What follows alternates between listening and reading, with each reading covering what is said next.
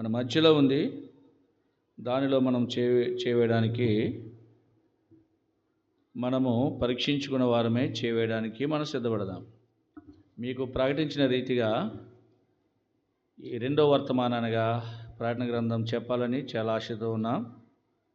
గతంలో ప్రారంభించాం, కానీ కరోనా వచ్చి దాన్ని పాడు చేసింది. దాన్ని ముందుకు తీసుకెళ్ళలేకపోయాం. నాకు అది కరోనా, ప్రపంచంలోని కరోనా వచ్చి, ఒకవేళ నాకు వచ్చి నేను మానేశాను అనుకుంటారేమో. ప్రపంచం అదే కరోనా వచ్చి కుదిపేసి దేవుని సన్నిధి కూడా భయంగా మనం పెట్టుకునేవాళ్ళం. వేకుజాము లేచి వివరించడానికి సమయం దొరకడం లేదని దాన్ని ఆఫ్ చేసినాము. మరలా ప్రభుని అడుగుతూ వచ్చినాం. ఎందుకంటే మనము చివరి కాలంలో ఉన్నాము. దేవుని రాకడ బహు సమీపంగా ఉంది. సమీపం అనే ద్వారం దగ్గర మనము ఉన్నాము కనుక మరి ప్రకటన గ్రంథాన్ని రెండో వర్తమానముగా ఈ దినము నుంచి దాన్ని ప్రారంభిస్తాం. రండి, ప్రకటన గ్రంథము మొదటి అధ్యాయం, రెవల్యూషన్ చాప్టర్ 1 మొదటి నుంచి లేక మొదటి 3 వచనాలు మనము కలిసి చదువుదాం. ప్రకటన గ్రంథము 1వ అధ్యాయము లేక మొదటి నుంచి 7 వచనాలు చదవండి. 7 వచనాలు చదవండి, బాగుంటుంది. నేను ఒక వచనము, మీరు ఒక వచనం. యేసుక్రీస్తు తన దాసులకు కనుపరచుటకు దేవుడు ఆయనకు అనుగ్రహించిన ప్రత్యక్షత. ఈ సంగతులు త్వరలో సంభవింపనున్నవి. ఆయన తన దూత ద్వారా వర్తమానం పంపి తన దాసుడిని యోహానుకు వాటిని సూచించెను.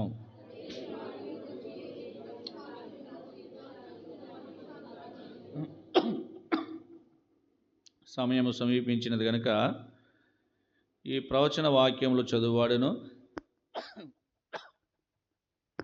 వాటిని విని ఇందులో రాయబడిన సంగతులను గైకొని వారును ధన్యులు.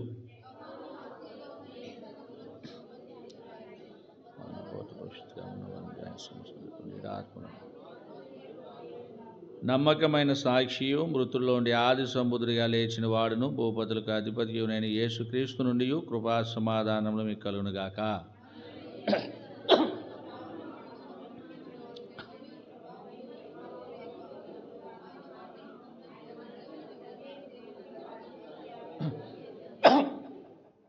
ఇదిగో, అందరూ చదవండి. ఇదిగో ఆయన మేఘారూఢుడై వచ్చుచున్నాడు. ప్రతి నేత్రము ఆయన చూచును.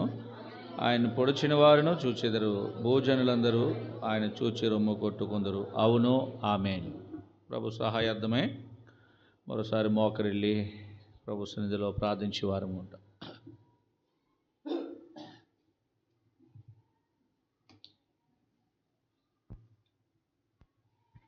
ప్రేమగల మా తండ్రి, శాశ్వతమైన ప్రేమతో ప్రేమిస్తూ విడువక మా ఎడల కృప చూపుతున్న దేవానికి వందనాలు. ఆత్మతో సత్యముతో నేను ఆరాధించినట్లుగా మీరు సాయపడ్డారు. తిరిగి దేవా, నీ యొక్క పరిశుద్ధమైన బలం మా మధ్య ఉంది. దాంట్లో చేయడానికి మేమును పరీక్షించుకున్న వారమై చేయడానికి సిద్ధపరచండి. దేవా, నీ యొక్క కృప మాకు తోడుగా ఉంచండి. ప్రకటన మొదటి అధ్యాయము 1 నుంచి 7 వచనాలు చదువున్నాం. దేవా, నిశ్చితమైతే వీటిలో కొన్ని విషయాలు పరగవేరుకోవడానికి ఆరంభిస్తూ ఉన్నాం. దేవా, మేము కాదు తండ్రి, మీ దైవ జ్ఞానంతో మీరే మాకు ఈ యొక్క గ్రంథం యొక్క విషయాలను మాకు తెలియపరచండి. దేవా, కృప చూపించండి, సహాయపడుతురండి. నీ యొక్క ప్రేమ, మీ వాత్సల్యత, బుద్ధి జ్ఞాన బాహుల్యంలో మాకు సమృద్ధిగా దయచేయండి. ప్రభా, మరి చివరి కాలంలో మేము ఏ విధంగా బ్రతకాలి, ఏ విధంగా నీతో సహవాసం కలిగి ఉండాలనేది మాకు నేర్పించండి. వాక్యమైన దేవుడా, మాట్లాడండి. మేము కాదు తండ్రి మాట్లాడింది, మీ తండ్రి ఆత్మీయులోని మాట్లాడుచున్నారే కానీ మాట్లాడేవారు మీరు కారు అని చెప్తున్నావు. నేను కాకుండా నేనైతే మాట్లాడకూడదు, నీవే మాట్లాడాలా. సహాయపడుతురండి ప్రభా. లైవ్ని కూడా దీవించండి, అనేకలు దేవునికరంగా ఆచండి. శబ్దాంతరాలు పౌరంతా కూడా మీ స్వాధీనం ఉంచుకోండి. చేరువచ్చిన విశ్వాసులందరూ కూడా మీ స్వాధీనంలో ఉంచుకోనండి. ఎత్తబడుతున్నప్పుడు నీ మాటలు దుష్టులు ఎత్తుపోకుండా సహాయపడుతురండి. యేసు నామములో ప్రార్థించి వేడుకుంటున్నాం తండ్రి, ఆమేన్.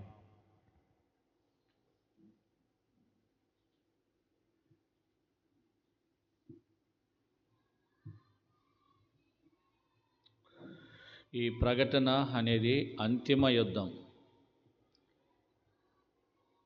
అంటే చివరి క్షణాల్లో జరిగే ఈ ప్రపంచం ఎలాగా మరి ఇందాక మనం చెప్పుకున్నాం, గతించిపోతుంది. లోకము దాని ఆశ, అంటే ఈ లోకము ఏ విధముగా గతించిపోతుందో, గతించిన తర్వాత మనము అంటే ఎక్కడ ఉంటాం, మానవుడు ఎక్కడ ఉంటాడో, ఎలా బ్రతుకుతాడో, ఎలా జీవిస్తాడో, ఎలా ఉంటాడో చూపించేదే ప్రకటన గ్రంథం. ఈ ప్రకటన గ్రంథములో భూమి అంతము, మానవుని యొక్క బ్రతుకు ఎలా ఉంటుందనేది చూపించేది. పరలోకము, దేవుని రాజ్యం గురించి కూడా స్పష్టంగా ఈ యొక్క గ్రంథంలో రాయబడుతూ వచ్చింది. ఈ ప్రకటన గ్రంథంలో భూమి మీద మరి ఏ విధంగా భూమి అంతమవుతుందో, ఎన్ని శ్రమలు ఉన్నాయో, ఎన్ని ఇబ్బందులు ఉన్నాయో తెలియపరిచేదే ప్రకటన. ప్రకటన అనేది దాచబడినది, తెలియనిది అంటే జరగబోయేది తెలియపరచడమే ప్రకటన. దీన్ని ఏమన్నాడంటే ప్రత్యక్షత కూడా అని కూడా చెప్పొచ్చు. ఈ మాటను ప్రత్యక్షత అని కూడా చెప్పొచ్చు. గ్రీకు భాషలో దీన్ని ఏమని రాసినాడంటే గ్రీకులో ఆవిష్కరణ అన్నాడు ఈ ప్రకటన అనే మాటను. సరే, ఇక్కడ ఈ ప్రకటన గ్రంథము యేసు ప్రేమించిన శిష్యుడు, ఆయన పేరు యోహాను. ఈ యోహాను పద్మసు ద్వీపమున వేయబడుతూ వచ్చాడు. దాదాపుగా అప్పటికి ఆయన వయసు 95 సంవత్సరాలట, 95 ఇయర్స్. బైబిల్ అంటే రాయబడలేదు, కానీ కొంతమంది బైబిల్ పండితులు వారికి దొరికిన పుస్తకముల ఆధారముగా ఆయన వయసును రాస్తూ వచ్చారు. 95 సంవత్సరాలు వయసు.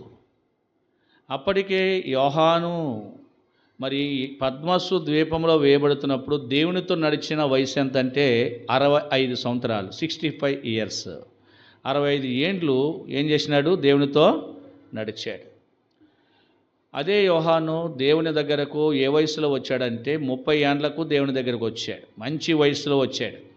30 ఏండ్లకు దేవుని దగ్గరకు వచ్చాడు. అప్పటికు యేసుక్రీస్తు ప్రభువారి యొక్క వయసు ఎంతంటే ఆయన కూడా 30 ఏండ్లే, దాదాపుగా ఇంచుమించు ఒకటే వయసు. యోహాను యేసు ప్రభు దగ్గరికి వచ్చిన తర్వాత 30 ఏండ్ల వయసులో 3.5 సంవత్సరాలు ప్రభుతో ఏం చేసినాడు? జీవించాడు. ప్రభు ఎల్లు చోట్లకల్లా వెళ్ళాడు. ప్రభు ఎక్కడ పడుకుంటే అక్కడే పడుకున్నాడు. ప్రభు ఎక్కడ ఏం తింటే అదే తిన్నాడు. ఈ విధముగా ప్రభుతో ఎంతో వారు ఏం చేశారు? ఆయన వెంబడించిన శిష్యుల్లో యోహాను చాలా ప్రాముఖ్యమైన శిష్యుడు. 12 మంది శిష్యుల్లో యోహాను చాలా ప్రాముఖ్యమైన వాడు. ఆయన గురించి ఏమి రాసినాడంటే యేసు రొమ్మున ఆనుకొన్న శిష్యుడు అంటాడు. యేసు ప్రభువారి రొమ్మున అంటే ఆయన రొమ్మున హత్తుకున్నవాడే 12 మంది శిష్యుల్లో యోహాను. అయితే ఈ యోహాను 3.5 సంవత్సరాలు ప్రభుతో ఉన్నాడు, బాగానే ఉంది. ప్రభు మరి చనిపోయాడు, పాతిపెట్టబడ్డాడు, తిరిగి పరలోకానికి ఆరోహణం అయిపోయిన తర్వాత దాదాపుగా 61.5 సంవత్సరాలు సేవ బలముగా చేశాడు. ఎన్ని సంవత్సరాలు చేశాడండి? 61.5 సంవత్సరాలు భూమి మీద యోహాను బలముగా దేవుని గురించి ప్రకటించాడు, దేవుని గురించి చెప్పాడు. ఆయన అదే రాశాడు. ఇక్కడ ఏం రాశాడు చూడండి. మొదటి యోహాను రాసిన ప్రకటన గ్రంథము 1వ అధ్యాయము 2వ వచనం. అతడు దేవుని వాక్యమును గూర్చియు యేసుక్రీస్తు సాక్ష్యమును గూర్చియు తాను చూచినంత మట్టుకు సాక్ష్యం ఇచ్చినాడు. తను ఏదైతే చూచాడో, చూడకుండా ఏది చేయలే, చూచినదే ఇక్కడ రాశాడు. చూచినంత మట్టుకు రాశాడు. యేసుక్రీస్తుని యొక్క సాక్ష్యము, వాక్యము గూర్చి, ప్రభును గూర్చి ఈ గ్రంథాన్ని లేక చూసినంత మట్టుకు ఆయన రాస్తూ వచ్చాడు. ఆయన రాసిన దాంట్లో ఏది కూడా అబద్ధమో లేదు, చూడనిది ఏమీ లేదు, చూచినదే రాశాడు. కొంతమంది చూడని విషయాలు గాలి కౌర్ల కింద చెప్తాం, దాన్ని గాలి మాటలు అంటారు కదా. గాలి మాటలు ఎన్నో చెప్తూ ఉంటారు. అది చేస్తాను, ఇది చేస్తాను, ఇలా చేస్తాను, అలా చేస్తానంటారు. చివరికి వచ్చేసరికి ఏది చేయరు. ఇలాంటి వాళ్ళు ఏమంటారంటే గాలి ఏ సమయాన ఎలా వేస్తుందో తెలియదు, వెళ్ళిపోతూ ఉంటుంది. గాలి మాటలు ఉండకూడదు. దేవుని ప్రజలకు గాలి మాటలు ఉండకూడదు. అందుకే దానికి ఏం పేరు పెట్టారంటే గాలి మాటలని, మాటలకు గాలి అని పేరు పెట్టారు. కనుక యోహాను అలా కాదే, యోహాను చూచాడే, చూచినదే రాస్తూ వచ్చాడు. యేసుప్రభు వారు 3.5 సంవత్సరాల తర్వాత ఆయన పరలోకానికి బేతనీద వరకు వారిని తీసుకుపోయి ఆ యొక్క మరి ఆయన మేఘాల మీద ఆ పరలోకానికి ఆరోహణం అయిపోయిన తర్వాత 61.5 సంవత్సరాలు బలమైన సేవ చేశాడు. ఆయన సేవలో ఎన్ని ఇబ్బందులు పడ్డాడంటే చాలా పర్యాలు మీతో చెప్తూ వచ్చాను. ఈయన యేసు క్రీస్తుని గురించి ప్రకటిస్తుంటే వారవలేకపోయారంట. ఆయన ధైర్యంగా ప్రకటిస్తుంటే ఈయనకి విద్య లేదు కదా, ఈ పాండిత్యం ఎక్కడి నుంచి వచ్చింది, విద్య లేనోడు కదా, అసూయపడేవారంట. ఎవరు వాళ్ళు? పరిసయ్యులు. చదువుకున్న వాళ్ళకు ఈ చదువు లేని వాడు వాక్యం చెప్తే దేవుని గురించి ధైర్యంగా మాట్లాడితే వాళ్ళకేమొచ్చిందంట? అసూయ వచ్చింది. ఇలా విద్య లేని పామరులు కదా, మేము చదువాం, మేమే అలా మాట్లాడలేకపోతున్నాం. చదవండి అపోస్తలుల కార్యాలు త్వరగా. అపోస్తలుల కార్యములలో పౌలు గారు వారి గురించి చక్కగా రాసినాడు.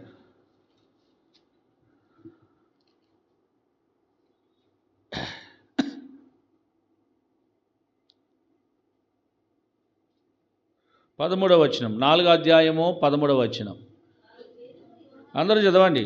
అపోస్తలుల కార్యములో 4వ అధ్యాయం 13వ వచనం. వారు పేతురు యోహానుల ధైర్యమును చూచినప్పుడు వారి విద్య లేని పామరులను గ్రహించి ఆశ్చర్యపడి వారు యేసుతో కూడా ఉండిన వారని గుర్తెరిగిరి. మొదటి వచనం. వారు ప్రజలతో యాజకులను దేవాలయపు అధిపతి సద్దుకయ్యులు వారు ప్రజలకు బోధించుడు యేసును బట్టి మృతుల నుండి పునరుత్థాన కలను ప్రకటించడం చూచి కలవరపడ్డారు. వీళ్ళు ప్రజల అధిపతులు, బోధకులు, దేవాలయపు అధిపతులు, సద్దుకయ్యులు. తర్వాత 5-6 వచనాలు చూస్తే శాస్త్రులు, అంటే శాస్త్రంలో బాగా చదివారు వీళ్ళు. తర్వాత ప్రధాన యాజకులు, ఇలాంటి వాళ్ళు. వీళ్ళందరూ చదవరలే, వీళ్ళందరూ చదువుకున్న వాళ్ళే, చాలా ఎంత పిహెచ్డీలు చేసిన వాళ్ళే వీళ్ళు. అయితే వీరికంటే వీళ్ళు చదువులేని వీళ్ళు పేతురు యోహానులు మాట్లాడుతుంటే వారు అనుకున్నారు, వీరికి విద్య లేదు కదా, వీరు విద్య లేని పామరులు కదా, ఈ పాండిత్యం ఎక్కడి నుంచి వచ్చింది వీళ్ళకి? చదవకపోయినా చదవర్ల కంటే మంచిగా బోధిస్తున్నారు వాళ్ళు. అయితే ఎవరో చెప్పినారు, గుర్తించారంట, ఆశ్చర్యపోయారు. వీళ్ళు ఒక సామాన్యులు కదా, వీళ్ళు మూల భాషలో ఏమన్నాడో సామాన్యులు కదా, చేపలు పట్టేవాళ్ళు కదా, జాలర్లు కదా, వీళ్ళకి ఎక్కడి నుంచి వచ్చింది ఇది? అయితే దాంట్లో కొంతమంది గుర్తించారు, వీళ్ళ సామాన్యమైన మనుషులు కాదు, వీరు యేసుతో కూడా ఎవరంటే వీళ్ళు వండినవారు. యేసుతో ఉంటే ఈ పిహెచ్డీలు సరిపోవు, అంతకన్నా పెద్ద పిహెచ్డీ మాట అది. పాండిత్యం ఇచ్చేవాడైనే. చాలామంది పిల్లలకు కూడా తెలియదు. ఆదివారము సండే స్కూల్స్ పెడితే దేవుని సన్నిధి మన స్కూల్కి వెళ్ళిపోతారు. అసలే పాండిత్యం ప్రభు ఇవ్వాలి కదా. పాండిత్యం ఎవరు ఇవ్వాలా? ప్రభు ఇవ్వాలి. అది గొప్ప కాదు. దేవుని సన్నిధిలో నువ్వు ఉంటే ఆ పాండిత్యము, ఆ జ్ఞానము, ఆ చదువు అంత దేవుడు నీకు ఇస్తాడు. నీ ముందు ప్రధాన శాస్త్రులు సరిపోరు, పరిచయులు సరిపోరు, పిహెచ్డీలు చేసిన వాళ్ళు సరిపోరు. అయితే పాండిత్యం ఇచ్చేది ఎవరు? దేవుడే. సరే, యోహాను ధైర్యంగా మాట్లాడినాడు, భయపడేవాడు కాదు, ధైర్యం గల వ్యక్తి, పిరికివాడు కాదు. దేవుని గురించి ధైర్యంగా ప్రకటిస్తుంటే ఎవరో యేసును మనం చంపేశాం అయిపోయింది అనుకుంటే ఇలా తయారైనారేంటండి? వీళ్ళందరికీ కలవరం వచ్చేసింది. ఎలా బోధిస్తున్నారంటే సామాన్యంగా కాదు, చనిపోయి పాతిపెట్టబడి తిరిగి లేచిన యేసును గూర్చి వాళ్ళు ఏం చేస్తున్నారంట? ప్రకటిస్తున్నారు. చదువుదామా? 2వ అధ్యాయము 32వ వచనం చదవమ్మా. ఇప్పుడు ఎవరైనా చదవండి. అపోస్తలుల కార్యములు 2వ అధ్యాయం 32వ వచనం. ఈ యేసును దేవుడు లేపెను, దీనికి మేమందరము అమ్మా ఎలాంటి బోధ ఇది! మీరందరూ చచ్చిపోయాడు అనుకుంటున్నారు. వీళ్ళందరూ వెళ్ళి శిష్యులు ఎవరు వెళ్ళు ఆ యేసు ప్రభువారి దగ్గర మరి సమాధి దగ్గర కాపలా ఉంచాడు. ఎవరు? పిలాతు. పర్మిషన్ తీసుకున్నారు వాళ్ళు. కాపలా వాళ్ళు ఉన్నారు, కావులు వారు ఉన్నారు, అన్నా కయ్యప వాళ్ళందరూ అక్కడ మరి పిలాతుని అడిగి పర్మిషన్ తీసుకుని అక్కడ కావులు వారిని పెట్టాడు. ఎంతమందిని పెట్టారో తెలియదు. సైనికులు ఉన్నారు, అక్కడ కావులు వారు ఉన్నారు. వీళ్ళు వెళ్ళి మరి ఇలాగ యేసుప్రభు లేవడం చూశారు, చచ్చిన వారు వలె ఆ దేవదూత రావడము, ఆ రాయి దొర్లించడము, ప్రభు తిరిగి లేవడము, ఇదంతా చూసి పట్టణాల్లోకి వెళ్ళిపోయి ఈ అన్నా కాయప్పుడు చెప్పారు. వాళ్ళు ఏం చేశారంటే వాళ్ళకి లంచం ఇచ్చినారు. లంచం ఇచ్చారు. ఏమిచ్చారు వాళ్ళు? వాళ్ళ పని అదే కదా, డబ్బు ఇవ్వడమే. డబ్బు ఇచ్చి ఇస్కరియోతు యూదాను కొనుక్కున్నారు. అలాగే ఈ సైనికులను, వాళ్ళ సైనికులే, వాళ్ళ దగ్గర పనిచేసే వాళ్ళే, వాళ్ళకి మరలా డబ్బు ఇచ్చి వాళ్ళ నోర్లు మోయించారు. ఎలాగంటే యేసుప్రభు లేవలే, శిష్యులు వచ్చి అర్ధరాత్రి వేళ ఆ శవాన్ని ఏం చేశారు? ఎత్తుకుపోయారని ఆ జనాల్లో ప్రచురం చేశారంట. యూదులందరికీ యెరూషలేం ప్రాంతాల్లో యేసుప్రభు లేవలే, శిష్యులు వచ్చి మేము పడుకున్నాం. ఊరికి నెస్తున్నాడు జీతాలు, వీళ్ళకి జీతాలు తీసుకున్నట్టు ఇలా పడుకున్నారంట. పడుకుంటే శిష్యులు వచ్చి ఏం చేశారంట? పడుకున్నవాడు ఎలా చూస్తాడు? యోచన లేదు వాళ్ళకి. జనాలు నమ్మిచ్చేశారు. డబ్బు తీసుకున్నారు, ద్రవ్యం తీసుకున్నారు. ద్రవ్యంతో ప్రభు తిరిగి లేస్తే లేవలేదని ప్రకటించేశారు. అయితే వీళ్ళేం చేస్తున్నారంట? వీళ్ళేం చేస్తున్నారు చూశారు కదా మరి. ఏమంటున్నారు? ఈ యేసును దేవుడు లేపిన దీనికి మేమంతా సాక్షులం, మేము చూసాం, మీరు నమ్మకండి. ఎవరి ముందు? ఎవరైతే డబ్బు ఇచ్చి అన్నా కయప ఎవరికి? ఆ సైనికుల చేత తప్పుడు ప్రచారం చేయించారో ఆ ప్రధాన యాజకుల ముందే, అన్నా ముందే, కయప ముందే వీళ్ళు ఏమని ధైర్యంగా మాట్లాడుతున్నారండి. వీళ్ళు భయం లేదు, అసలు పిరికి తనం వాళ్ళలో లేదు. ఈ యేసును ఎవరు లేపారు? దేవుడు లేపేశాడు, దానికి మేమే సాక్షులమని ధైర్యంగా బోధిస్తుంటే అసలు ఈ పాండిత్యం ఎక్కడది? వీళ్ళెవరు కాదు, వీళ్ళు యేసుతో కూడా అంటే చాలా ఎడబాటు వచ్చి ఉంటుంది. యేసుతో ఎప్పుడో చూశారు వాళ్ళు కదా. యేసు ప్రభు తర్వాత మీకేం చెప్తున్నాను, యేసు ప్రభు దగ్గరికి వచ్చినప్పుడు ఆయనకి 30 ఏండ్లు. యేసు ప్రభుతో ఎంతకాలం ఉన్నాడు? 3.5 సంవత్సరాలు ఉంటూ వచ్చాడు. అక్కడికి ఎంత అయింది? 33.5 సంవత్సరాలు. యేసుప్రభు ఎడబాటు వచ్చేసింది. ఈ 33.5 సంవత్సరాల కాలము నుంచి కూడా అతను ఏం చేస్తున్నాడు అంటే 3.5 సంవత్సరాలు అంటే 30 తర్వాత 3.5 సంవత్సరాల నుంచి కూడా బలమైన సేవ. యేసుప్రభు తర్వాత కూడా బలమైన సేవ చేస్తాడు. కొంత ఎడబాటు వచ్చారు, కొంత 10 ఏళ్ళు 15 ఏళ్ళు గడిచిన కొంత మర్చిపోతాం కదా. వీళ్ళు మర్చిపోయి ఉంటారు. వాళ్ళని ఎవరిని? యోహానుని మర్చిపోయి ఉంటారు. కానీ యోహాను గారు అద్భుతంగా ప్రత్యక్షమయ్యాడు. మరలా ప్రత్యక్షమయ్యి బోధ చేస్తున్నాడు. యేసుప్రభు లేపాడు, దేవుడు లేపేశాడు, మేము సాక్షులం అంటే వీళ్ళు చూశారు. ఎవరు వీళ్ళు అసలే? పేతురు ఇతను ఎవరు? గుర్తొచ్చింది రోయ్, వీళ్ళు ఎవరెల్లో యేసుతో కూడా గుర్తుపట్టారు. ధైర్యంగా మాట్లాడినాడు, ధైర్యంగా మాట్లాడుతుంటే వాళ్ళ ధైర్యాన్ని చూసి అప్పుడు ఎన్నో శ్రమలంట. యోహాను గారు దేవుని వాక్యం ప్రకటించకూడదని, యేసు లేచినాడన్న మాట చెప్పకూడదని యోహాను గారిని ఏం చేసినారంటే చాలా చిత్రహింసలు పెట్టారంట. ఎలాంటి చిత్రహింసలు అంటే ఒక గోని తీసుకొచ్చారు, యోహాన్ని గోని సంచిలో పెట్టేశారు, మూట కట్టేశారు. చర్మం గోని కాదు, చర్మపు చొక్కాయి, చర్మపు సంచి కుట్టారు. యోహాను గారిని దాంట్లో పెట్టారు, మూట కట్టినారు. మూట కట్టి మంచి మండుటెండలో పడేశారంట ఆ మూటను.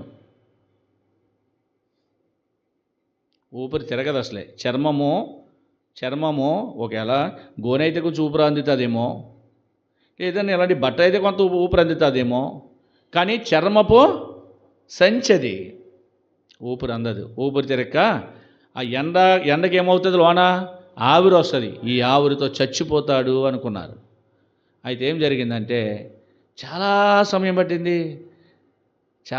పట్టింది. 2-3 రోజులు పట్టవచ్చు, ఎన్ని రోజులైనా పట్టవచ్చు. ఎన్ని రోజులు ఇక్కడ రాయలేదు, కానీ బైబిల్ ఇలాంటి చరిత్ర దొరకలే, కొన్ని పుస్తకాల్లో దొరికాయి.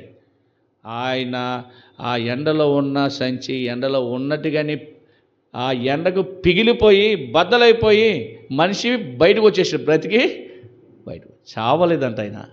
యోహాను చాలా గట్టి ప్రాణమైనది. ఎందుకు చేస్తాడు? ఆయన మరలా యేసుప్రభుని చూడాలా, చూడకుండా చావడు. అర్థమైందా? పేతురు గారు అడిగాడు. పేతురు గారు ఏమన్నాడు? ప్రభువా మరి నీ సంగతి ఏంటి అని అడిగాడు. ఎవరి సంగతి? యోహాను గారి సంగతి. ప్రభు ఏమని సమాధానం ఇచ్చాడు? చదవండి. యోహాను సువార్త 21వ అధ్యాయము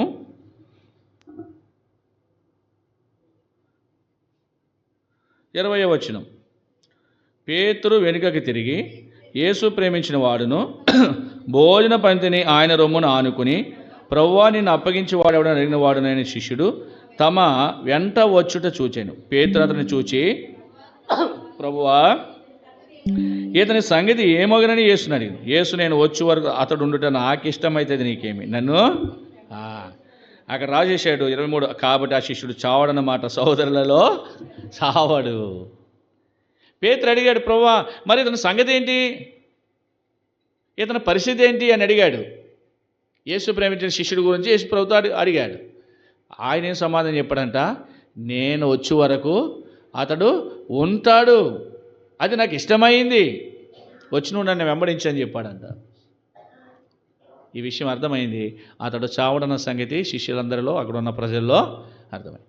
కనుక ఇలాంటి వ్యక్తి ఆయన చావలేదు, ఇంకా ఎన్నో శ్రమలు పడుతూ వచ్చాడు. ఆయన ఇక్కడ రాయలే, కొట్టారు, చెరసాలలో పెట్టుకుంటారు, ఎన్నెన్నో బాధలు అనిపించుకుంటూ వచ్చాడు. అయితే ఇంకో ఘోరమైన బాధ ఏంటంటే నూనె మూకడి బాణలు కాగుచున్న నూనెలో మరగొట్టి ఆయన పడేసినారంట. ఎలాగైనా చేస్తాడేమో అని. నీటిలో చేయి పెడితేనే మనం తట్టుకోలేం కదా, నీళ్ళ కంటే నూనె కాక గట్టిగా ఉంటుంది, నీళ్ళ కంటే నూనె కాక గట్టిగా ఉంటుంది. అలాంటి నూనెలో పడేసినారంట. బానంటది మనిషి ములిగే బాణ పెట్టి, మరి ఈయన కోసం ఎంత నూనె పోసారో బాణల్లో, మనిషి మునిగేటంత నూనె మరగబెట్టి ఏం చేశారు, నూనె బాణలో అతన్ని త్రోసేశారు.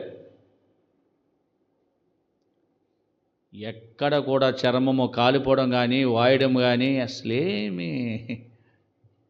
ఏం చేయాలా, దాంట్లో పడితే పడినట్టుగా మాడిపోవాలా. పప్పులు వండుతారు కదండి, పూరి వేస్తారు కదా, పూరి పప్పలాగెందుకు, పూరి కాగుచున్న వేడి పూరిలో చక్కగా వెంటనే తినడానికి తయారైపోతుంది. కానీ ఎంత అద్భుతం అంటే ఆ నూనెలో వేసినా కానీ ఆయన ఎక్కడ గాయం అవ్వడం కానీ, కాలిపోవడం కానీ, చనిపోవడం కానీ జరగలేదు. ఇన్ని చిత్రహింసలు పెట్టేసినారు. ఎవరిని? యోహానును. చివరికి వీడి చర్చీలు అంటే వాళ్ళు చేయవలసిన ప్రయత్నాలు అంటే కొన్ని మాత్రమే దొరికాయి, చేయవలసిన ప్రయత్నాలన్నీ చేశారు. ఏ ప్రయత్నం చేసినా కానీ ఆయన చచ్చేవాడు. దేనికోసమో? యేసుక్రీస్తు వాక్యాన్ని చెప్తున్నాడు. యేసుక్రీస్తు గురించి తిరిగి లేచాడు, పునరుత్థానుడై లేచాడు, ఆయన సమాధిలో లేడు, మేము చూచామని సత్యమైన బోధ చేస్తున్నాడు. ఈ బోధ ఏం చేయలేదు, వారికి అంగీకారం కాక దీన్ని బ్రేక్ చేయాలి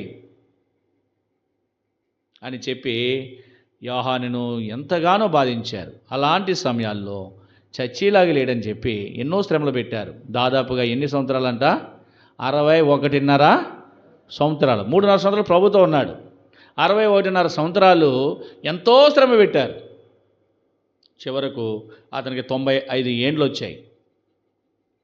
తీసుకెళ్ళి రుద్దుడు మరల 95 ఏండ్లంటే ఆ రుద్దుని తీసిపోయి ఈ చచ్చిలాగా లేడు, చచ్చి కానీ మరి ఎలా తీసుకెళ్ళి, ఓడల మీద తీసుకెళ్లారు, ఎలా తీసుకెళ్లారో తెలియదు కానీ పద్మసు ద్వీపం అనే దాంట్లో వదిలిపెట్టేసి. పద్మసు ద్వీపాలు ఎక్కడ ఉంటాయంటే సముద్ర దీవుల్లో ఉంటాయి.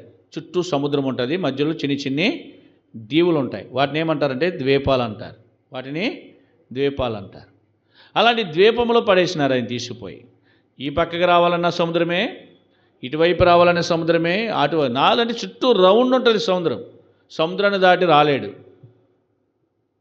నీకు అర్థమైందండి? వాటిని ఏమంటారు? ద్వీపాలు. దాని పేరు పద్మసు ద్వీపం. ఎందుకంటే మనం చంపలేము ఇతన్ని. ఊపిరి తిరగకుండా చేసినా బ్రతుకుతున్నాడు, నూనెలు వేసినా బ్రతుకుతున్నాడు, ఇంకోటి చేసినా బ్రతుకుతున్నాడు, కొరడాలతో కొట్టేసినా కానీ దెబ్బలు తాగడం లేదు ఆయనకి. అమ్మో, చాలా ఆశ్చర్యంగా ఉంది ఇవన్నీ. కనుక ఇతన్ని ఉంచడానికి మనం ఏం చేయలేం. కనుక వాళ్ళు ఏమి చేయలేక తీసుకెళ్ళి ఎక్కడ పడేసినారు? అక్కడ ఏం చేస్తే సముద్రాలు దాటుకుని రాలేడు కదా. కనుక ఈ పద్మసు ద్వీపములో వేయబడిన వ్యక్తిన అక్కడ ఉండి దేవుని యొక్క ఆత్మకు వశమైన వాడు. వీళ్ళు అనుకున్నారు ఎవరు లేరనుకున్నారు, కానీ ప్రభు ఆత్మకు ఏమైపోయాడంటే అక్కడ ఉండి దేవుడు తను వశం చేసుకున్నాడంట, వశీకరణ చేసుకున్నాడు. ప్రభు వచ్చేసినాడు, ఆ ఆత్మను పట్టుకున్నాడు, నీకేం పర్లేదు అని దాన్ని అంటే ఇంకా ముందుకెళ్ళి కొలితే మనము వాటిని ధ్యానించుకోవచ్చు. ఈ వారం కుదరదు. సరే, ఇప్పుడు ఈ పద్మసు ద్వీపములో ఎలా వేయబడ్డాడో ఎలాగా జరిగిందో యేసును గురించి ఎలా సాక్ష్యం ఇచ్చాడు ఇక్కడ రాశాడు.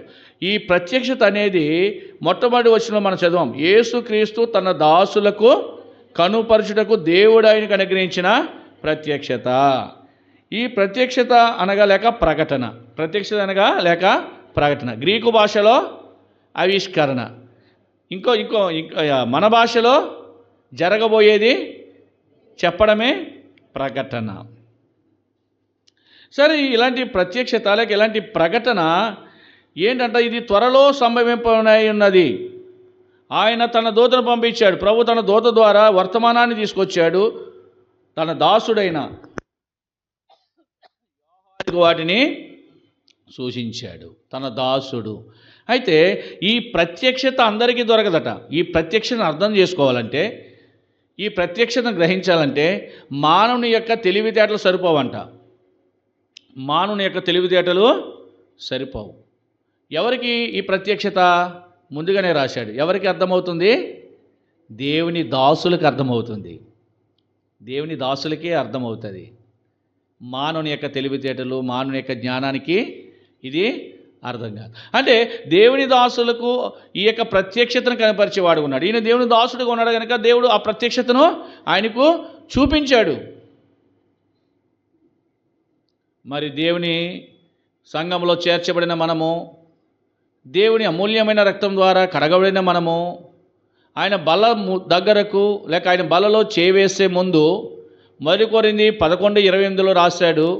కాబట్టి ప్రతి మనుషుడు తను తాను పరీక్షించుకునేవాళ్ళను, అలాగూ చేసి ఆరిటినది ఆ పాత్రలోనిది పరీక్ష చేసుకోవాలా. నేను ఇంకా మానవుని ప్రత్యక్షతలో ఉన్నానా, లేక మానవునికి మనుషులకు దాసుడిగా ఉన్నానా, దేవునికి దాసుడిగా ఉన్నానా? మనుషులకు దాసులు అంటే ఏం చేస్తారు? మానవ పనులే చేస్తూ ఉంటారు, మాట వినరు. అర్థమైందా? లోకానుసారంగా జీవిస్తూ ఉంటారు, లోకానుసారంగా బ్రతుకుతూ ఉంటారు, లోకానుసారమైన ఆచారాలు పాటిస్తూ ఉంటారు. లోకములో ఏదుందో ఆ విధంగా లోకములో వాళ్ళు బ్రతుకుతూ ఉంటారు. ఇవన్నీ కూడా ఏం చెప్పండి? మానవ ఆచరణ. వీటికి లోకానికి దాసులైపోయారు. లోకానికి ఏమైపోయారు వీళ్ళు? నువ్వు దేనికి దాసుడిగా ఉంటున్నావు? లోకానికా దేవునికా? పరీక్ష చేసుకోవాలి. ఇప్పుడు ప్రభు బల దగ్గరికి వెళ్ళే ముందు నువ్వు దేవునికి దాసుడిగా ఉన్నావా? దేవుని యొక్క ప్రత్యక్షత నీకు అర్థం కావాలంటే, దేవుని యొక్క ప్రత్యక్షతలో ఉండాలంటే నువ్వు దేవునికి దాసుడు కావాలి, కానీ లోకానికి కాదు. చదువుదామా గలతీ పత్రికలో రండి. గలతీలకు రాసిన పత్రిక, అపోస్తులైన పౌలు గలతీలకు రాస్తున్నాడు. ప్రత్యక్షత గురించి, దాసుల గురించి రాశాడు. 4వ అధ్యాయం గలతీ 4:8 అందరూ చదవండి. గలతీ 4:8 ఆ కాలమందైతే మీరు దేవుని ఎరగని వారై నిజమునకు దేవుళ్ళు కాని వారికి దాసులై ఉంటారు. కానీ మీకు అర్థమైందా? మీరు దేవుని ఎరగని వారై. ఏ కాలమో? పూర్వము. దేవుని ఎరగకపోతే, ఎరగకుండా దేవుని కాని వాళ్ళకి దాసులుగా ఉన్నారు. దేనికి దాసులుగా ఉన్నారండి? ఆచారాలకు దాసులుగా ఉన్నారు. తర్వాత వస్త్రాలకు దాసులుగా ఉన్నారు. వస్త్రాలకు ఒకరికి వేస్తూ ఉంటారు కదా వస్త్రాలు. ఇక్కడ ఈ కుర్రోళ్ళు వేస్తూ ఉంటారు. మొన్న కుర్రోడు వచ్చాడు సరిగ్గా ఇక్కడికి, ఈ మోకాలు గడ చిరిగిపోయింది. అది ఫ్యాషన్ అంటే. అది చిరిగిపోయిన బట్టలు కట్టుకొని ఆ మోకాలు గడ చింపేసుకున్న బట్టలు ఆ తల్లిదండ్రులు కొనడం, వాళ్ళు కొంత పాపం చేస్తున్నారు ఆ బిడ్డలకి. లోకానుసారమైన హెయిర్ ఇవి, ఈ తల ఏంటి చెప్పండి? అది దేనికి దాసుడవు? నీ జుట్టుకి దాసుడవు. అబ్షాలోము ఎంత జుట్టు పెంచాడు? ఏమయ్యాడు? బదరీ వృక్షం కింద ఏం చేసిందంట? చుట్టబడిన వాడై బాణములతో చంపబడ్డాడు. అర్థమైందా? కొంతమంది అంటే దేవుని ఎరగని వారై, ఎరగకుండా చేశావు, దేవుడిని క్షమించాడు. అర్థమైందా? దేవుని ఎరగని వారై దేనికి దాసులుగా ఉన్నారంట? నిజమునకు దేవుళ్ళు కాని వారికి. అది నిజము కాదు, అయినా కానీ ఏం చేశావు? నువ్వు దాన్ని ఎరగలేదు కనుక, దేవుడు ఎవరో నీకు తెలియదు కనుక, నువ్వు అవిశ్వాసిగా ఉన్నావు కనుక, ప్రభు గురించి ఎప్పుడు నువ్వు అర్థం కాలేదు కనుక, దేవుని సన్నిధికి రాలేదు కనుక, దేవుని మాటలు నువ్వు ఎప్పుడు వినలేదు కనుక నువ్వు ఎలా ఉన్నావు? దానికి దాసుడిగా ఉన్నావు. నువ్వు ఎంతకాలం బట్టి దేవుని వాక్యం వింటున్నావు? ఇక్కడ కూర్చున్న వాళ్ళు ఎవరైనా దేవుని గురించి మీకు తెలీదా? దేవుడు నీ కోసం చనిపోయాడని తెలీదా? దేవుడు నీ కోసం తన ప్రాణం ఇచ్చాడని తెలియదా? దేవుడు నీ కోసం చనిపోయి పాతిపెట్టబడి సమాధిని గెలిచాడని, మృత్యుంజయుడే తిరిగి లేచాడని తెలియదా? మత్తయి 11:28 ప్రయాసపడి భారం మోసుకుంటున్న సమస్తమైన వారలారా నా యొద్దకు రండి, నేను మీకు నెమ్మదిస్తానని పిలవడం నీకు తెలియదా? మనకంతా తెలుసు, కానీ ఇంకనో దానికే దాసుడిగా ఉన్నావు. దేనికి? లోకానికి దాసుడు. ఇంకా నువ్వు రక్షించబడ్డావు, కానీ నువ్వు ఎదురు వస్తా మానలేదు. నువ్వు ఎదురొత్తం మానలేదు. నువ్వు ఎదురులేంటి? నువ్వు ఎదురెళ్తే ఏదైనా అయిపోతుందా? అర్థమైందా? వాడు టైం పోతే పోతాడు అంతే. అర్థమైంది? ఎదురులు మానలేదు. తర్వాత ఇల్లు కట్టుకుని పాలు పొంగించడం మానలేదు, మామిడాకు కట్టడం మానలేదు, గడపలకు పసుపు రాయడం మానలేదు. ఇవన్నీ ఏంటి? దేవుని ఎరగని క్రితం చేసే పనులు. నీకు తెలియదు కనుక చేస్తావు. తెలుసుండు కూడా నువ్వేం చేస్తున్నావు? ఇంకా లోకానికి దాసురాలిగా, దాసుడుగా నువ్వు పనిచేస్తున్నావు. తెలియని క్రితం చేస్తావు. పౌలు అంటాడు, నేను తెలియక అవిశ్వాసిగా ఉన్నాను కనుక నేను కనికరించబడ్డాను. మరి తెలిసిన వాడు నిన్ను ఎలాగ దేవుడు కనికరిస్తాడు?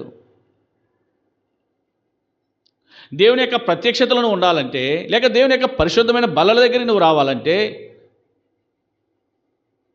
దేవుని కాని దానికి నువ్వు ఎలా ఉండకూడదు? దాసుడిగా ఉండకూడదు. ఎవరికి దాసుడిగా ఉండాలంట? చదవండి, ఇప్పుడు చదవండి 7వ వచనము, గలతీ 4:7. కాబట్టి నీవిక దాసుడవు కావు, కుమారుడవే. ఇక్కడ చూడండి, అపోస్తలుడైన పౌలు ఇంకో చక్కని మాట రాసినాడు. చదవండి 1వ అధ్యాయం గలతీ 1:10 వచనం. ఇప్పుడు నేను మనుషుల దయను సంపాదించుకొని చూచుచున్నానా? ఇక్కడ 2 ప్రశ్నలు ఉన్నాయి. నాకు మనుషుల దయ కావాలా, దేవుని దయ కావాలా? ఎవరి దయ అండి? ఎక్కడ పోయినా మా పక్క వాళ్ళండి, మా ఇంటి పక్క వాళ్ళు. మరి ఎలా పోతే ఎలాగండి? వీళ్ళ చుట్టూ తిరగాలండి. తిప్పమ్మ ఏమంటే తిరుగు తిప్పమ్మ మల్లమ్మ ఏదో పాట ఉంటుంది. తిరగాలేను మల్లమ్మ ఏదో పాట ఉంటుంది. నువ్వు మనుషులకు ఎలా ఉన్నావు? ఇక్కడ 2 ప్రశ్నలు ఉన్నాయి. మొదటిది ఏంటి? నీకు మనుషుల దయ కావాలా, దేవుని దయ కావాలా? ఏం కావాలా? మనుషుల దయ కావాలా, దేవుని దయ కావాలా? అసలు మనుషులు దయ చూపిస్తారండి? కపటపు దయ. దేవుని దయ ఎటర్నల్ లైఫ్. దేవుని దయ శాశ్వతం ఉంటుంది. ఇక్కడ 2 ప్రశ్నలు వేసుకుంటున్నాడు. నాకు మనుషుల దయ కావాలా, దేవుని దయ కావాలా? ఈరోజు ఎలా ఉన్నారంటే విశ్వాసులే, అవిశ్వాసులే కాదు, వీళ్ళు విశ్వాసులే ఏం సంపాదించుకుంటున్నారో? మనుషుల మెప్పు కావాలా? భలే వచ్చేసింది, మన ఇద్దరం ఒకటే, భలే వచ్చేసాడు. మనుషుల ఆలోచనలు, మనుషుల పద్ధతులు, మనుషుల ఆచారాలు. అర్థమైందా? అందుకే పౌలు గారు అన్నాడు, ఏమన్నాడో తెలుసా? నేను మనుషులను సంతోషపెట్టువాడనైతే నేను క్రీస్తు దాసుడిని. చదవండి అన్నమాట. నేను మనుషులను పెట్టగోరుచున్నానా? నేను ఎప్పటికీ మనుషులను సంతోషపెట్టువాడనైతే క్రీస్తు దాసుడను. జాగ్రత్త. ఎంతకాలం సంతోష పెడతాను మనుషులను? ఎంతకాలం నిన్ను వాడుకుంటారు మనుషులు? ఎంతకాలం మనుషులతో పోతావు? అసలు మనుషులనే నమ్మొద్దన్నాడు. నువ్వు మనిషివే, నీ తోటి మనిషిని ఏమన్నాడు? నమ్మొద్దన్నాడు. నమ్మని చెప్పాడా? ఎందుకు నమ్మొద్దన్నాడు? వాడిని ఎందుకు నమ్మొద్దన్నాడు?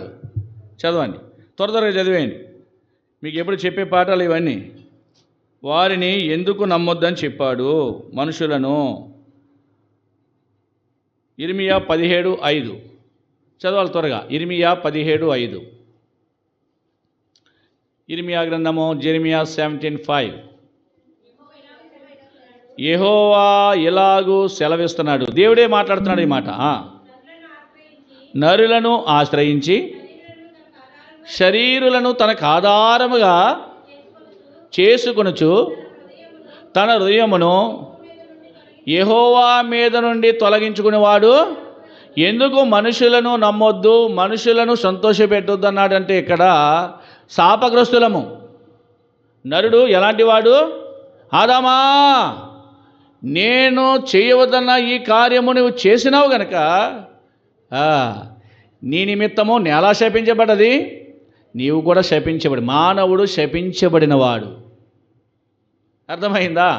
శాపగ్రస్తురాలు అయిపోతావు, శాపగ్రస్తుడు అయిపోతావు. ఎవరిని? నువ్వు మనుషుల మార్గంలో పోతే, మనుషులు సంతోష పెడితే. అర్థమైందా? ప్రార్థనన్నా మానేస్తున్నావు, కానీ ఎవరిని సంతోష పెట్టాలా? అమ్మా ఎలా పోతే రేపు మా ఇంటికి రారు వాళ్ళు. ఎవరళ్ళు? ఆ పెళ్లి సందడి వాళ్ళు రారు, లేదా అక్కడ అకేషన్ రారు, బర్త్డే ఫంక్షన్ రారు. ఇది చూస్తావా నువ్వు? దేవుడు కావాలా నీకు? అసలు వాక్యం చెప్పేది ఏంటి? నా నిమిత్తమో జనులు మిమ్మల్ని నిందించి దూషించి మీ మీద చెడ్డ మాటలెల్లా పలికినప్పుడు మీరు అంటారు, అది పలానది ఎవరితో కలవదండి, ఎక్కడికి రాదండి, జోబు బత్తి ఇది అనిపించుకో. ఎవరి నిమిత్తం? మహాభక్తులే, యోహాన్ లాంటి వాళ్ళే కాగుచున్న బాణలో వేయబడిన చావలేదండి వాళ్ళు దేవుని కొరకు. ఈరోజు నీ జీవితం ఏంటి? కాబట్టి ప్రతి మనుషుడు పరీక్షించుకోవాలా. మనుషులు శాపగ్రస్తులు. అందుకే శాపగ్రస్తమైన మానవుని మనుషుడు ఏం చేయకూడదంట? నమ్మకూడదు. అర్థమైందా? శాపము నుంచి విడిపించే దేవుడిని నమ్ము, నువ్వు స్థిరపరచబడతావు. మీ దేవుడిని యెహోవాను నమ్ముకునడి మీరు కృతజ్ఞులు అవుతారు, స్థిరపరచబడతారు. ప్రియా సహోదరి సహోదరుడా, ఇక్కడ పౌలు రెండు విషయాలు ముందు పెట్టుకున్నాడు. శవాలుగా ఉన్నాయి. ఒకటి, మనుషులను సంతోషపెట్టాలా, దేవుని సంతోషపెట్టాలా. మనుషుల దయ కావాలా, దేవుని దయ కావాలా. చివరికి డిక్లేర్ చేస్తాడు ఏమని? నేను మనుషులను సంతోషపెట్టువాడనైతే నేను దేవుని దాసుడను. నువ్వు దేవునికి దాసుడిగా ఉంటే నువ్వు మనుషులను సంతోషపెట్టావు. లోకం అంటే మట్టి కాదు, లోకం అంటే ఇంకా అర్థమయ్యేలా చెప్పాలంటే ఈ లోకాన్ని సంతోషపెట్టావు. అర్థమైందా? ఈ లోకము దాని ఆశ గతించిపోయి లోకములో ఎందుకు వారిని సంతోషపెడుతున్నావు? నువ్వు బ్రతికినంతకాలము క్రీస్తును సంతోషపెట్టు, దేవునికి ఉపయోగకరమైన వ్యక్తిగా ఉండు, ఉపయోగకరమైన వాడబడి పాత్రగానే ఉండు. అర్థమైందా? నీకు నిత్య జీవం దొరుకుతుంది. అర్థమైందా? మనుషులు ఎలాంటి వాళ్ళంటే నువ్వు బాగుంటే నీ చుట్టూ తిరుగుతారు. పీటరన్నా ఎంతమంది తిరిగేవారు నీ చుట్టూ? ఎంతమంది ఉండేవారు రోజుకి? కారణం ఏంటి? నువ్వు బాగున్నంతసేపు నీ దగ్గర డబ్బు ఉంది, ఎంత ఉంది, వాళ్ళకి కావాల్సిన మందు ఇప్పిస్తావు, వాళ్ళకి కావాల్సిన భోజనం పెడతావు, వాళ్ళకి కావాల్సిన చెప్పండి అవసరాలన్నీ తీర్చేస్తావు. నీ కుటుంబస్తులే, లేకపోతే నీ స్నేహితులే, నీ ఇరుగు పొరుగు వారే, ఎవరైనా కానీ. ఇప్పుడు నీ దగ్గర ఏమీ లేదు. అది పీటర్ గురించి చెప్పడం అంటే ఉదాహరణగా ఆయన్ని పిలిచానంతే. ఇది ఈరోజు నీ దగ్గర ఏమీ లేదు, మీరందరూ మీ దగ్గర ఏమీ లేదు. ఎవరన్నా నిన్ను పలకరిస్తారా? నీకు ఈ పలానా కష్టకాలం నాకు ఇది పెట్టామని పెడతారా? పెడితే ఒకరోజు, రెండో రోజు పెడతారా, మూడో రోజు పెడతారా, నాలుగో రోజు పెడతారా, ఐదో రోజు పెడతారా? అది నేను పలకరించే దిక్కే ఉండదు. ఇది మానవ స్వభావం. బెల్లం ఉన్న కాడికి చీమలు చేరినట్లుగా చేరతారు. ఆ బెల్లమే నీ దగ్గర లేకపోయి ఉంటే నిన్ను పట్టించుకునేవాడే భూమి మీద ఉన్నాడు. అర్థమైందా? నిన్ను పట్టించుకునేవాడు అక్కడే, నిన్ను స్థిరపరిచేవాడు అక్కడే, నిన్ను బలపరిచేవాడు అక్కడే, నిన్ను ధైర్యపరిచేవాడు అక్కడే, నిన్ను పోషించేవాడు అక్కడే. ఎవరైనా? దేవాది దేవుడైన యేసుక్రీస్తు ప్రభువు వారు. అందుకే మనము ఎవరికి దాసులంగా ఉండాలి? దేవుని ఎరిగినాము గనక, దేవుడు మనల్ని రక్షించుకున్నాడు గనక సదాకాలము మనం ఎలా ఉండాలంట? దేవునికి దాసులుగా ఉండాలి. మనుషులకు కాదు, లోకానికి కాదు, లోకపు ఆచారాలకు కాదు. ఈరోజు నువ్వు పరీక్ష చేసుకో. కాబట్టి ప్రతి మనుషుడు నీవు దేనికి దాసుడిగా ఉన్నావు? ఆచారాలకా, లేక లోకంలో ఉన్న పద్ధతులకా, లేక లోక స్నేహాలకా? నీకు నీవే పరీక్ష చేసుకో. నీకోసం ఎవరు చెప్పరు. ఇంకా ఎన్నిసార్లు చెప్తా? అందుకే పౌలు గారు అన్నాడు, నీకోసం పరీక్షించుకో, నువ్వు పరీక్షించుకో. అందుకని నీకు నీవే పరీక్ష చేసుకో. కాబట్టి ప్రతి మనుషుడు తన్ను తానే, నీకు నీవుగానే నేనేమయ్యానని పరీక్ష చేసుకోవాలి. ఇక్కడ మనం చూస్తే ఇప్పుడు దేవునికి దాసుడిగా వచ్చిన మనలను ఎవరైనా కానీ, ఎవరైతే దేవునికి దాసులుగా చేయబడతారో దేవుడు అంట వారిని ఏమన్నాడు? ఇక్కడ 7వ వచనం చదవండి. గలతీయులకు రాసిన పత్రిక 4వ అధ్యాయం 7వ వచనం. గలతీ 4:7. కాబట్టి నీవిక దాసుడవు కావు, కుమారుడవే. కుమారుడవైతే దేవుని ద్వారా. ఇప్పుడు ఎవరైతే దేవుని దగ్గరకు దాసులుగా వస్తారు, దాసుడంటే ఏం చేయలేడండి, పనివాడు కాదు. పనివాడు జీతం తీసుకుని వెళ్ళిపోతాడు. దాసుడంటే బానిస. సదాకాలం వాడి దగ్గర పడి ఉండాలా, వాడు చెప్పిందలా చెయ్యాలా, వాడు మట్టి పిసకమంటే మట్టి పిసకాలా. అర్థమైందండి? ఇశ్రాయేలు ప్రజలు అలాగే కదా బానిసలుగా వాడుకున్నాడు. ఎవరు? ఫరో. ప్రాణాలు విసిగించేశాడు కదా. బానిస అంటే ఏమియో చేయాలి, యజమానుడు ఏమి చెప్పితే అది. ఇప్పుడు నువ్వు దేవుని దగ్గరికి ఎలా రావాలా? బానిసగా రావాలా, అంటే అన్నీ వదులుకుని రావాలా. అర్థమైందా? ఇంతకాలం లోకంలో బ్రతికావు, ఇప్పుడు తెలుసుకున్నావు. ఇంతకుముందు నీకు తెలియదు, లోకానికి దాసుడిగా ఉన్నావు, లోకానికి దాసుడిగా ఉన్నావు. ఇప్పుడు నీకు అర్థమైంది కదా. దేవుని దగ్గరికి ఎలా రావాలంట? అన్నీ వదులుకుని రావాలి. అన్నీ వదులుకోవడం అంటే నీ కోపాన్ని, నీలో ఉన్న అహాన్ని, నీలో ఉన్న చెడు వ్యసనాలను, నీలో ఉన్న సమస్తమైన అంటే లోక స్నేహాలను. అర్థమైందా? అందుకే లోకస్తులతో స్నేహాలు ఎక్కువ చేయకూడదు. లోక సంబంధులతో స్నేహాలు చేస్తే లోక సంబంధమైన మాటలే వినబడతాయి నీకు. అదే దేవుని బిడ్డలతో సహవాసం చేస్తే దైవికమైన మాటలే వినబడతాయి. అన్నీ వదులుకుని రావాలంట. పౌలు గారు అన్నీ వదిలేశాడు, చదువు వదిలేశాడు. వదలలేదండి. ఆ రోజుల్లో PhD చేసినాడు ఆయన, యూనివర్సిటీలో చదివాడు, గమలీయేలు పాదముల దగ్గర. అలాంటి వాడు రోమా పౌరత్వం తీసుకున్నాడు, పరిసయ్యుడని బిరుదు తీసుకున్నాడు, యూదా మతమందు నిష్ట కలిగి ఉన్నాడు. అలాంటి వ్యక్తి తనకి ఏది లాభమైందో అన్నిటిని ఏం చేశాడంట? పెంటతో సమానంగా. లాభమైనది ఎవరైనా ఎంచుకుంటారా? ఇంకా రాని రాని రాని లాభం రాని రాని రాని అంటారు కదా. లాభాన్ని ఎవరైనా వదులుకుంటారమ్మా? ఎవరు వదులుకోరు. కానీ పౌలు గారు ఏం చేశాడంట? తనకి లాభమైనది వదులుకున్నాడంట. మరి నువ్వు ఎందుకు వదులుకుంటలేదు? ఎవరి కోసము? ఈ లోకములో లాభమైనది ఎందుకు వదులుకున్నాడు? ఎవరి కోసం వదులుకున్నాడు? క్రీస్తు కొరకు. క్రీస్తును నువ్వు సంపాదించాలంటే నువ్వేం చేయాలా? నీకు ఏది లాభమో, ఏది నీకు ఆ ఎక్స్ట్రాక్షన్గా కనబడి నేను ఇంకా ధనవంతుని చేసేస్తానని చూపిస్తుందో దాన్ని ఏం చేయాలంట? వదులుకోవాలి.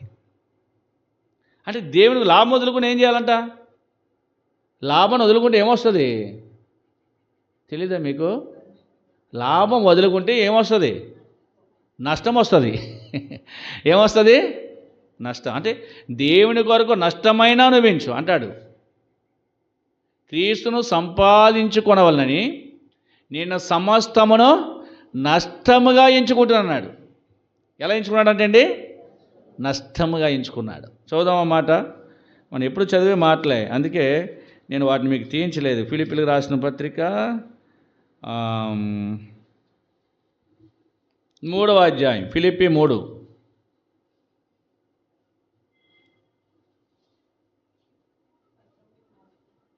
చదువమ్మా.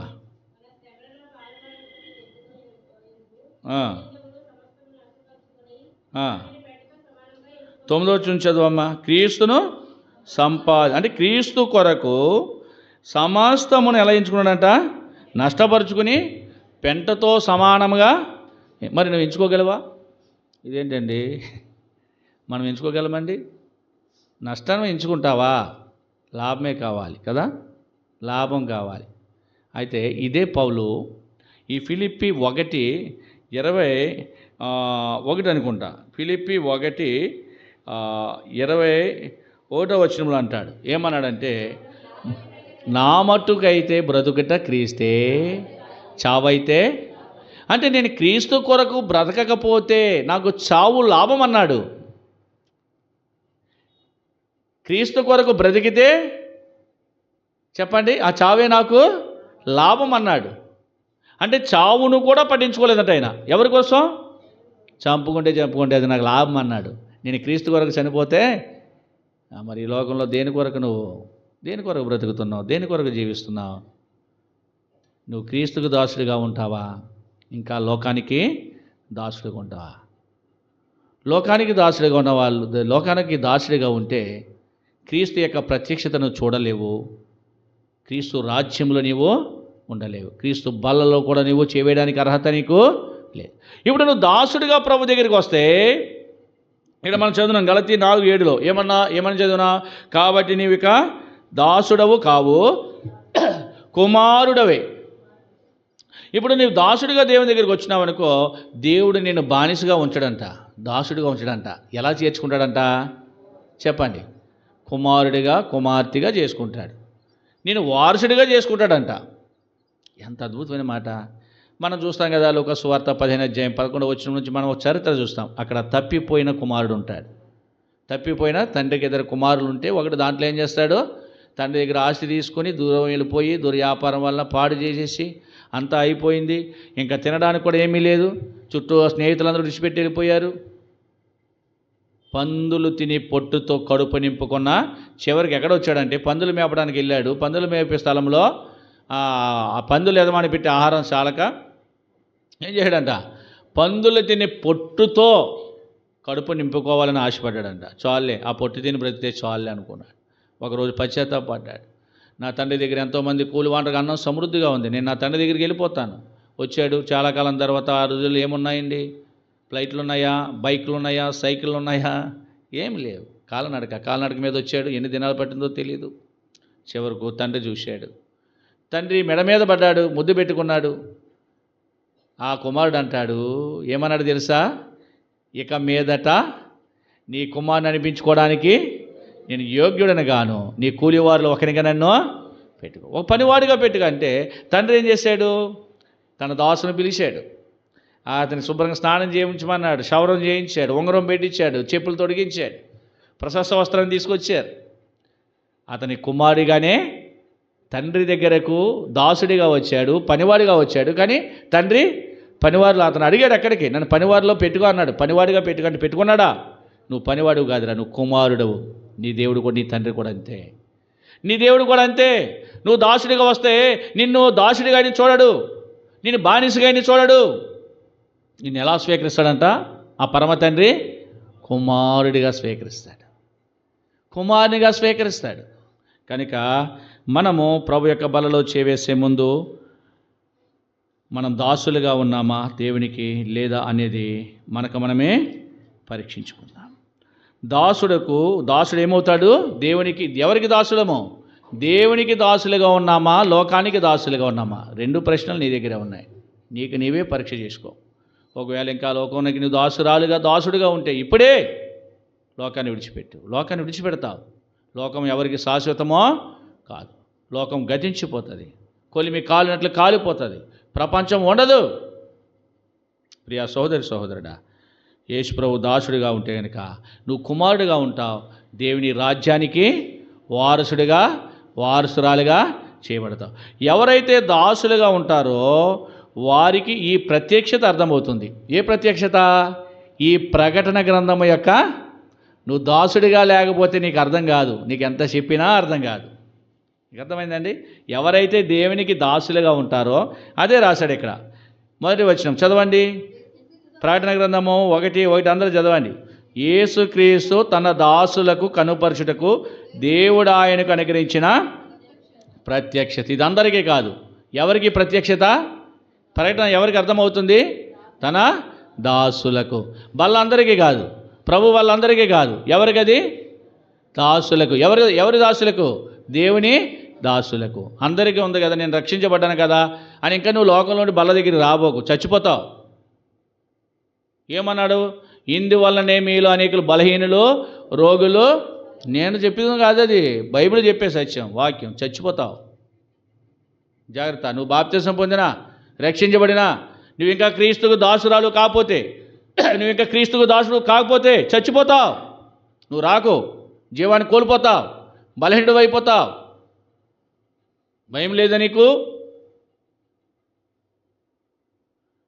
యేసుక్రీస్తు దాసులుగా ఉన్నవారు మాత్రమే ఏం చేయాలి? అక్కడకు రావాలి. వారిని మాత్రమే కుమారుడిగా ఆయన చేర్చుకుంటాడు. ఒకవేళ ఎన్నో తప్పులు చేసి వెళ్ళిపోయాడు చిన్న కుమారుడు, తండ్రి చేర్చుకోలేదా? తన పాపాన్ని ఒప్పుకున్నప్పుడు, విడిచిపెట్టినప్పుడు, తండ్రి పరలోకానికి నీకు నేను విరోధముగా పాపం చేశానయ్యా. జాగ్రత్త, పరీక్షించుకో. యేసుక్రీస్తు తన దాసులకు కనుపరచుటకు దేవుడు ఆయనకు అనుగ్రహించిన ప్రత్యక్షత. నువ్వు దాసుడిగా, క్రీస్తుకు దాసుడిగా ఉన్నావా లేదా నువ్వు చూసుకో. లోకానికి దాసుడు, లోకాన్ని సంతోషపెట్టుకో. పౌలు గారు శవాలు చేశాడు అక్కడ. నేను మనుషులను సంతోషపెట్టువాన్ని అయితే క్రీస్తు దాసుడను కాకయే పోదునంటాడు. క్రీస్తుకు దాసులుగా ఉండాలంటే నువ్వు మనుషులను సంతోష పెట్టలేము, వాళ్ళని మెప్పించలేము. పెడితే పెళ్ళి చెప్పండి, పెడితే పెళ్ళంట. పెళ్ళంటే ఎలా ఉంటుంది? అమ్మా ఎంత సంబరమో కదా, చక్కగా అకేషను, భోజనాలు, కొత్త బట్టలు, తినగలిసినన్ని ఐటమ్స్ అక్కడ ఉంటాయి. పెట్టకపోతేనంటే ఏంటంట, చావు కోరేదే మనుషులు. పెడితే పెళ్ళి ఊరికి రాయలేదు సామెతలు. జాగ్రత్త. దేవుడు నువ్వు పెట్టకపోయినా, నీవు ఆయనను ప్రేమించకపోయినా, నీవింకను పాపిగా ఉండగానే దేవుడు నిన్నేం చేశాడు? ప్రేమించాడు. ఆయన ప్రేమకు దూరం అవుతావా? మన పాపులమై ఉండగానే మన కొరకు ఆయన చనిపోయాడు. ఆయన ప్రేమకు దూరం అవుతావా? నీవు కుమారుడిగా చేయబడాలంటే దాసుడిగా ఎక్కడికి రావాలా? యేసుప్రభు దగ్గరికి వచ్చి రావాలా. అలాంటి వారు మాత్రమే వాళ్ళు చేయనట్లుగా కూడి వచ్చిన ఆత్మదేవుడు మన సహాయపడిన గాక.